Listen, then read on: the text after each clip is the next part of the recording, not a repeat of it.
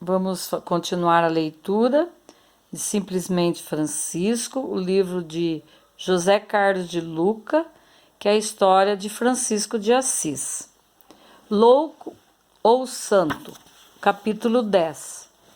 Sagrada humildade, confunda o orgulho e as pessoas mundanas.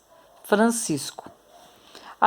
Os primeiros tempos de Francisco, após deixar a sua casa, foram dedicados aos cuidados com os pobres e leprosos de Gúbio e de Assis, e ao trabalho de reconstrução da igreja de São Damião e posteriormente das capelas de São Pedro e de Santa Maria dos Anjos, todas em sua cidade natal. Francisco andava com os trajes de eremita, uma túnica simples, segura por um cinto de couro, calçados e um cajado na mão.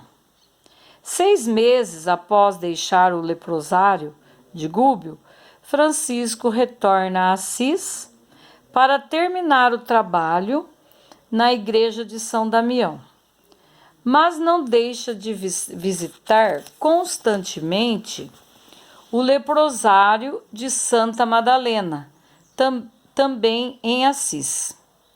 Ora dorme na igreja, ora na colônia dos ancenianos. Para sustentar suas tarefas, ele passa a ir com frequência à cidade pedir donativos, pois já não podia mais contar com a fortuna do pai. Francisco pedia comida para os pobres e os enfermos, materiais de construção para a igreja e óleo para a lâmpada do altar. E o fazia de forma sempre alegre e vibrante, despertando a admiração de alguns poucos e o escárnio de muitos. A maioria das pessoas não queria proximidade com o filho de Pedro de Bernardone, um jovem tão adorado outrora, provedor das melhores festas de Assis, agora convertido em advogado dos miseráveis, tendo se tornado o mais autêntico deles. No auge da sua juventude, Francisco era o riquinho de Assis. Depois da sua lenta conversão, Francisco foi apelidado de Il Poverello, isto é, o pobrezinho de Assis. Numa das suas peregrinações pela cidade, Francisco vai batendo de porta em porta, solicitando doações. Poucos moradores, porém, atendiam-lhe o chamado. Numa das casas, o proprietário abre a janela e rispidamente indaga o que o pedinte deseja. Uma esmola aos pobres, pelo amor de Deus, disse Francisco, com as mãos estendidas em forma de súplica. Visivelmente irritado, o homem diz que Francisco era um louco mesmo e em seguida cospe-lhe fortemente nas mãos. Imediatamente, Francisco se recorda do sofrimento de Jesus na cruz e, adquirindo uma paz surpreendente e inimaginável, dirige-se mansamente ao dono do imóvel.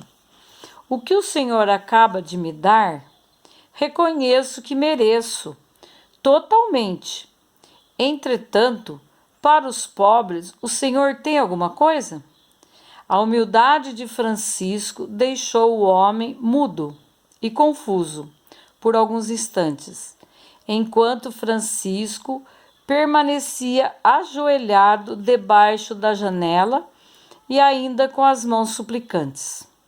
O silêncio se fez eloquente. O dono da casa estava envergonhado de si mesmo. Por certo, o pobrezinho não poderia ser considerado louco, pois geralmente o louco é furioso e naquele momento o furioso tinha sido ele.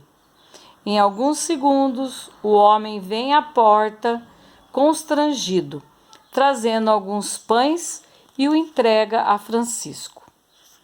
É pouco diante do meu erro, mas é o que eu tenho. É só o que Deus lhe pede, meu irmão. Deus haverá de abençoá-lo, pois ele se alegra quando socorremos nossos irmãos necessitados. Francisco agradece em nome dos pobres e sai a cantar feliz pelas ruas da cidade.